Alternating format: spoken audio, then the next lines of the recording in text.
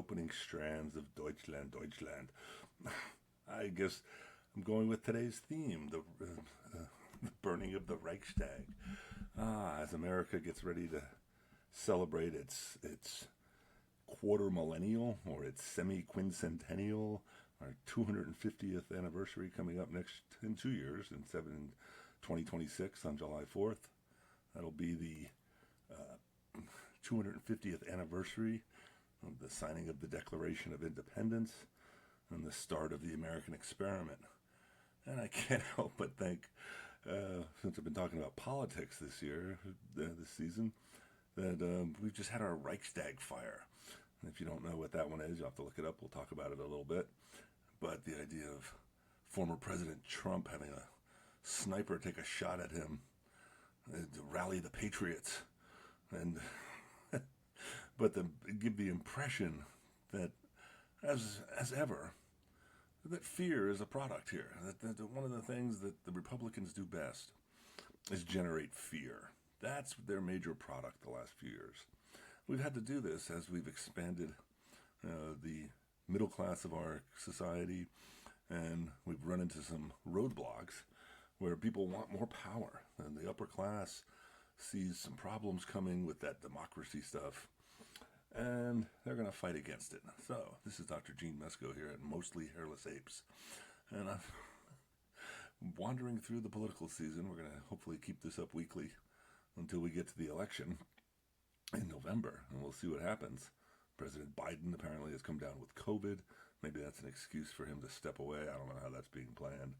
But the powers that be are playing with the political arena again. And I can't help but think, we'll start out on the right, that the shooting attempt on President Trump in the last week has been an effort to rally the troops, as it were. Putting J.D. Vance as the vice president nominee, getting all the wingnuts in one bin, as it were, and sell fear. Like I said, I think one of the things that's been going on the last few years is, as we've moved toward, hopefully we were thinking we were moving toward the end of the colonial era. I mean, that's really what the American experiment was about. For millennia, we've had empires. And the whole idea of empires run by aristocrats, autocracies, if you will, from an evolutionary perspective, is how we run the major countries of the planet, because education and thinking humans are hard to come by. I totally concede that point. If you've traveled at all, if you've met a lot of people, you realize people vary in their abilities, and most people can be pretty nice, but their grasp of information varies greatly with education.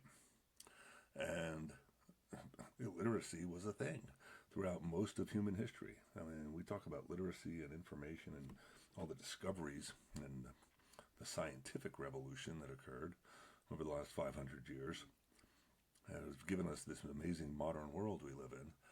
But that's overlapped what I thought for a long time was the end of the colonial era. And I still think it will be.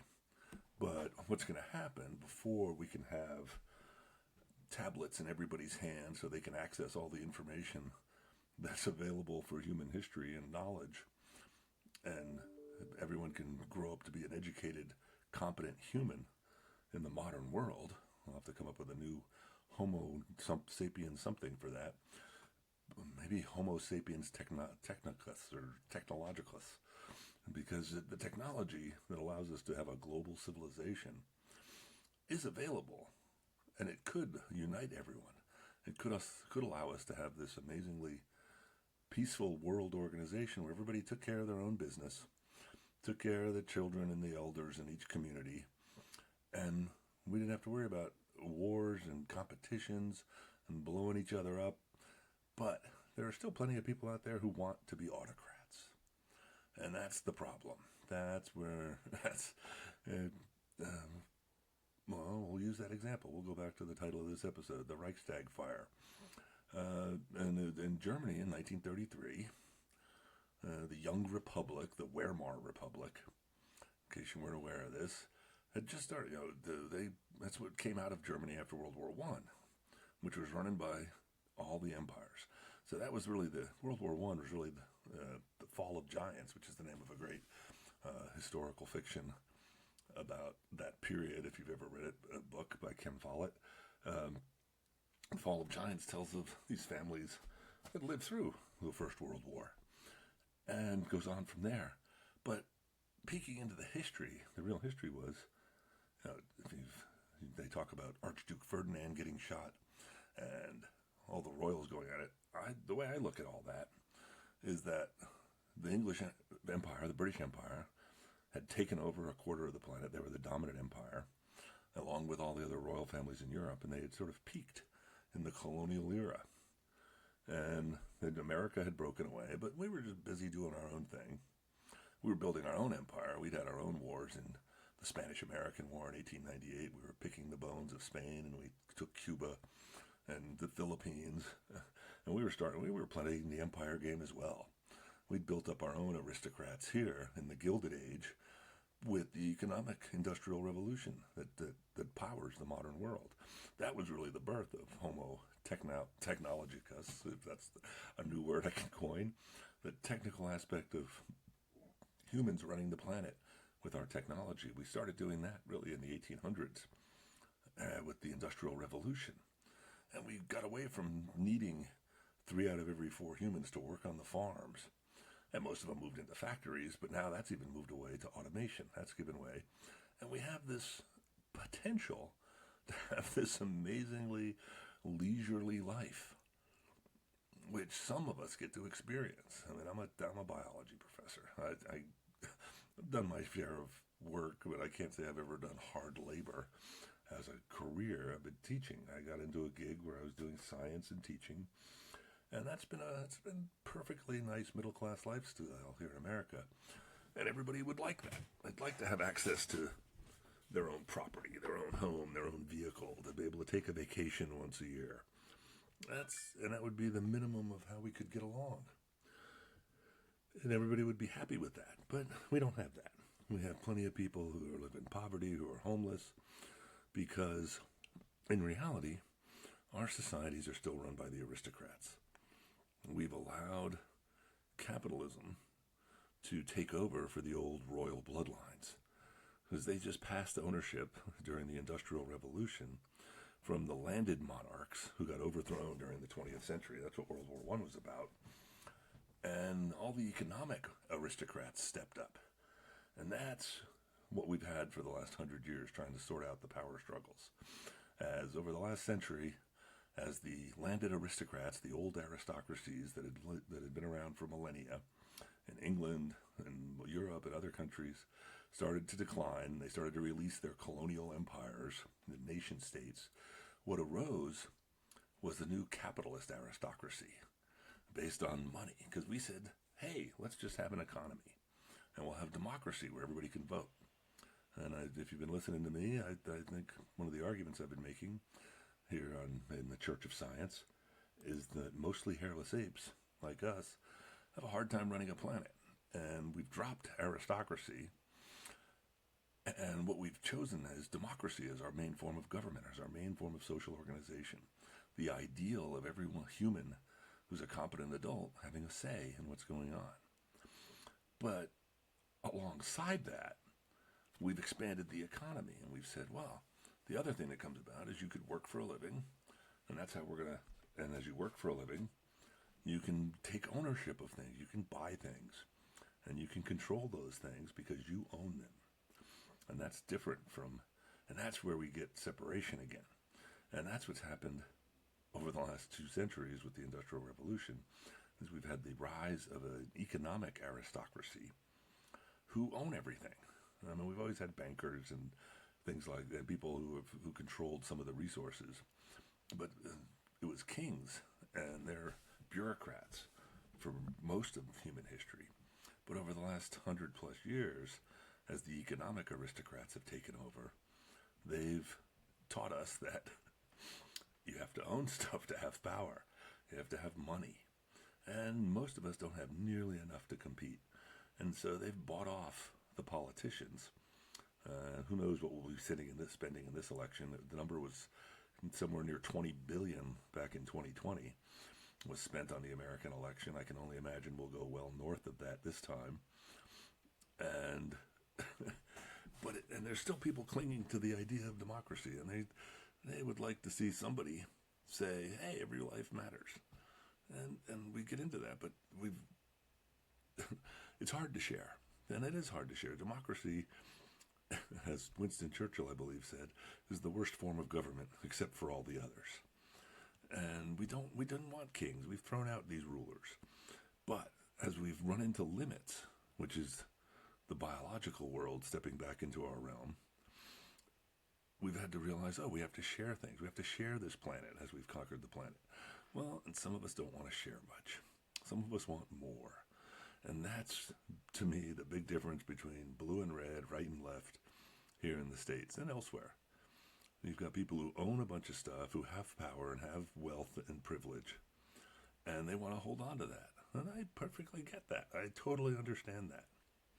Because that's what's grown up. That's the one thing we've learned as humans. Everybody learns that if you're a competent adult at any level, the one thing we can all realize is that it's really great to have your own stuff.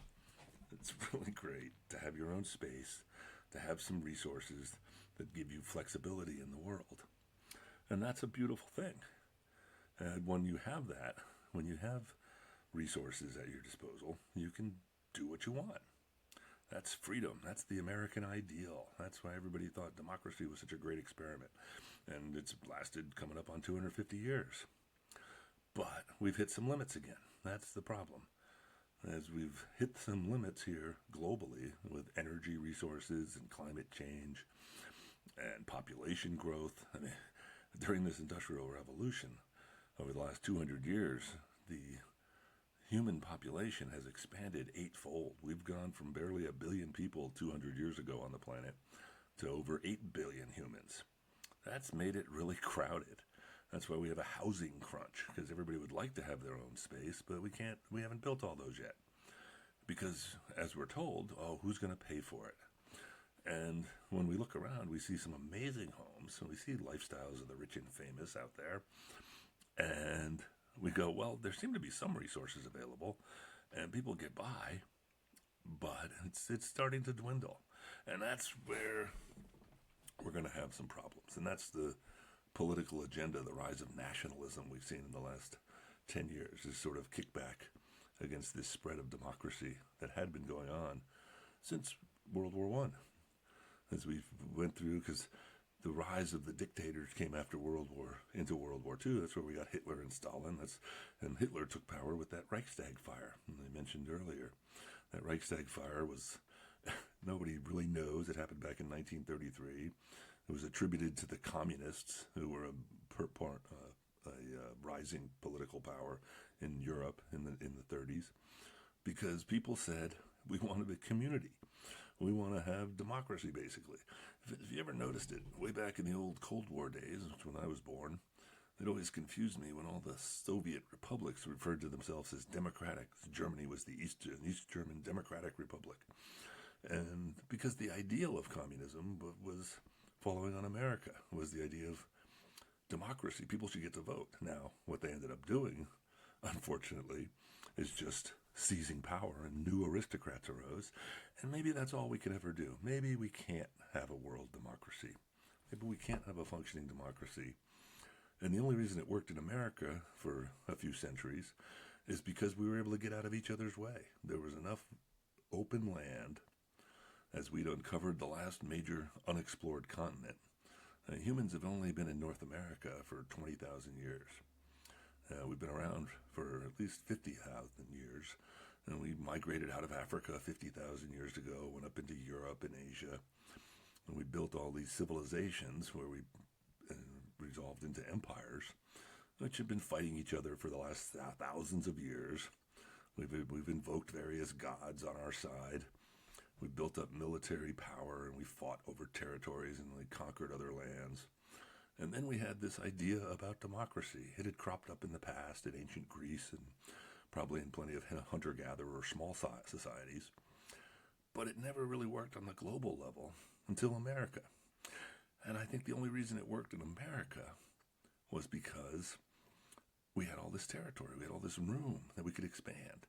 And everybody said, oh, sure, you get to vote, I'll respect your opinion, but go over there and tell somebody about it. Go west, young man, and get out of my way.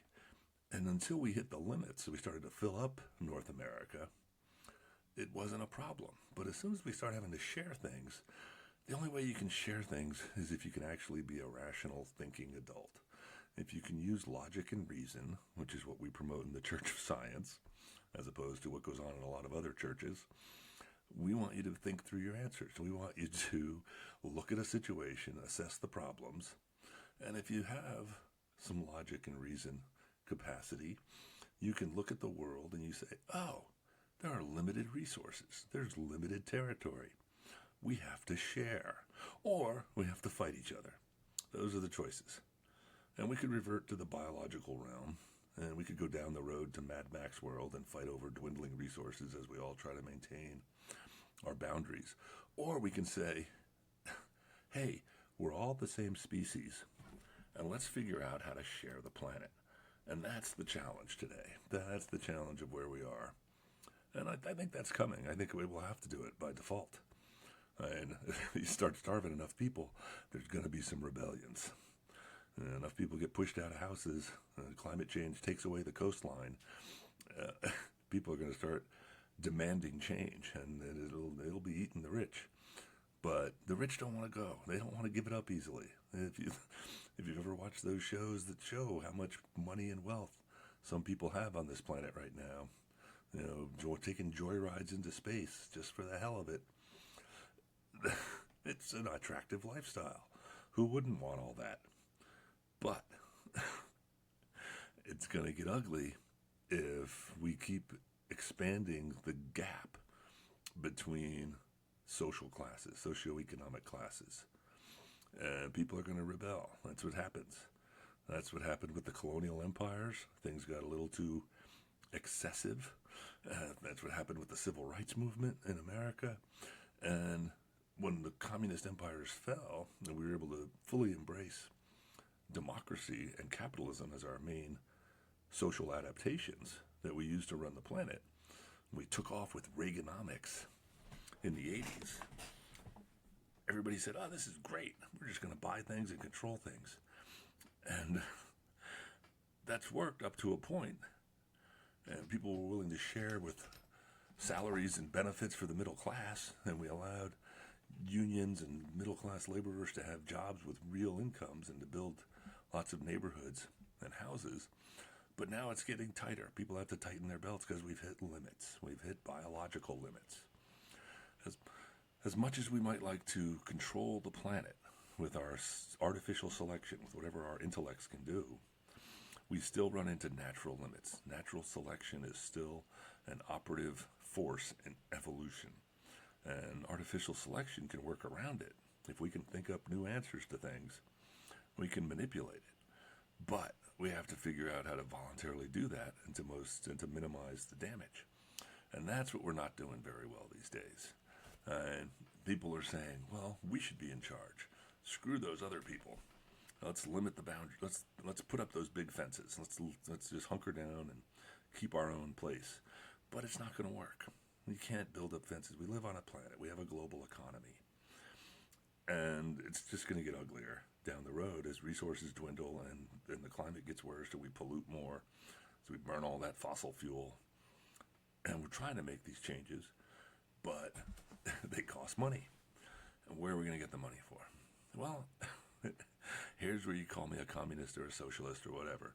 But we're going to have to tax the rich. We're going to have to. All you can do is take money off the top. You have a problem, you go to the source. And if the issue is having an economy that's based on capitalism, and ownership of capitalism creates economic class disparities that create social tensions, then the issue becomes, how do we minimize that? Well, you minimize the class disparity. That means you could either help the poor people, or you can cap the rich people. Or you could do both. You could cap the rich people and use that money, skim it off the top, and put it down at the bottom. And let everybody face the same problems. That's the real problem with trying to fix climate issues or economic issues or pollution issues or jobs issues. is because somebody owns something and they don't want to give up money. They want to maximize their profits.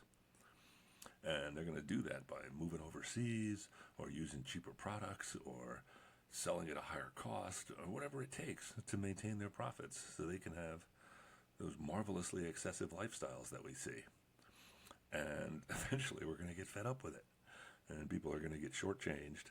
And there's going to be a shrinking middle class, which is what we have right now. And we're going to have to move past that. And that's what happened in the Weimar Republic. So Germany came out of the empire. They had an empire along with Austria, Hungary, the Austro-Hungarian, all those European monarchs blew each other up in World War II, or World War I, and a bunch of them fell. They all went by the wayside. And in Germany, the example was they said, hey, let's start a republic. Let's start a representative democracy. And they did that, except through some lucky event, like the Reichstag fire, which burned down the Houses of Parliament, the German government at the time, and that allowed the Nazi-controlled police to arrest a bunch of communists who got accused of the fire, and the Nazi Socialist Party came to power in Germany in 1933. And we all know how that played out, as we had dictators with Hitler and Mussolini, and it expanded out. We had to do a whole World War II thing to finally say, no, democracy is the better way. And we talk about the greatest generation here in America, and we won that war. And then we faced the Cold War, and those autocrats took off. And we said, no, we're going to keep freedom here. We're going to have open markets, and we're going to allow this. But now we've run into limits again. We've expanded the global economy. Americans have become their own empire, and we don't want to give that up. We have people who control huge chunks of the global market. And we have other countries who are trying to control their components. And, we have a huge military, and we say, what's going on? We're not going to share. That's the main thing we're telling people. Because we allow things like wars to go on. And if we really wanted to, we could back the UN and just say, yeah, we could do this. It's a couple different ways. If we really wanted to do it, until we can educate everybody, maybe we should step up and be this American empire. But then it means totally shutting everybody else down. You're either with us or against us. And if you're against us, if you're not willing to support democracy, if you're not willing to say we're going to redistribute income and we're going to put caps on capitalism, because otherwise, if you just push it as it is now, if you do what we do now and say, oh, we're going to try to vote for things, we get distracted. And that's where we are right now. We got too many people who are getting shortchanged. Because that's where people draw their votes from. People, and that's especially how it works on the right, people say, what are you not getting? What are you afraid of? Let's get some more guns. Let's keep those other people out of here. Let's not share. Let's not figure out how to solve problems. Let's just keep burning oil and keep doing stuff that keeps us wealthy, and we're just going to put up the walls and we're going to fight. And if it devolves into Mad Max world, people like Trump don't care because they're living in their gold towers and they're skimming money off of various schemes. Did you buy his Bible or his shoes? Maybe you bought some more red hats. He's making money hand over fist and laughing all the way to the bank. That's the sickest thing about this whole political season. And the Democrats are trying to say, wait, no, we're being reasonable and rational, and we're going to let everybody have rights. And Republicans say, fuck that. We don't need to have rights for people. And I think that our Reichstag fire, that little shooting, I can't help but think that the whole thing was staged here. As far as the American Reichstag fire, that little political event in Pennsylvania when Trump got cut on the ear, I'm not sure what happened there. I did see a photo that showed the bullets skimming past him, and I thought, where's the blood spray? When he reached his hand up, he had blood on his face, but did he cut himself? What was he doing? I don't know. I'm a conspiracy theorist. I think some people might have had some sand in that. It seems like the Secret Service really blew it. The guy was pretty close. Plenty of people saw him. There's videos out there of people seeing that guy on the roof in Pennsylvania that supposed was the sniper. And they missed that. They didn't cover that. That seems pretty fishy to me. But that's how it's been for the last few years. It was ever since 9/11. We've been in this mode of generating fear. There's a great line, if you remember the journalist Bob Woodward, who one of the guys who worked on Watergate back in 2000. He was talking to the W. Bush administration, George W. Bush, W. And he didn't name names. I wouldn't doubt it was Karl Rove, who was known as Turd Blossom in that administration, because it was an apt name for him because he could make something smell much better than it should have. His whole thing was that he said, you journalists, you people in the reality-based community don't get it. If they control the sound bites, if they can get everybody to watch Fox News and only listen to one thing and just listen to their preachers and not think and just be reactionary and, and be deplorable, then to not use logic and reason and not look at a situation and say, what's the real problem here? Oh, maybe the Messiah will save us. Maybe we'll pray to God again. And I'm so tired of it. Just get over it. God is dead. Just deal with it. There's no room for gods in the modern world, other than as an ideal to hold out there, to say, what would, if there was a God, what would he or she or they like us to do? What would be acceptable behavior? Should we be killing each other? Or should we be sharing? Seems to me, the Christian upbringing I had, the Catholic upbringing, I took my warped development with that. But all I remember, well, one of the main things I remember is the idea that we're supposed to share. We're supposed to be nice to each other. We're supposed to help each other out. And that's not what we have going on today. And if we want that, we have to say it applies to everybody. It either applies to everybody or it doesn't count. So rich and poor alike have to figure out how to share the planet. And that's what we need to do. And we need to stop being afraid of each other. And we need to say, you know what the real problem is? The real problem is the rich ownership class who control just about fucking everything in the world. And they're the small elite, the 1% up at top, that they determine what happens. They determine who gets into political office. People look at me, and I don't know about you, anybody I talk to about the upcoming presidential election here in the U.S. for 2024, say, these are our best choices? A convicted felon and an 81-year-old? It's fucking ridiculous. But that's who puts out there, because it's not really, politicians don't really control anything. They're not really representing us. They have to be paid. They're run by the rich folks who support all the politicians, who pay to put people in office and run all the ads and spend literally billions of dollars. Think about that. $20 billion was pissed away on advertising for the last election, the last presidential election. What could you do with $20 billion? People talk about not having enough money to do things, to build schools, to pay for health care, to give people health insurance, to pay for doctors, to fix the roads, to make alternative energy sources. They say, oh, we don't have any money. Bullshit.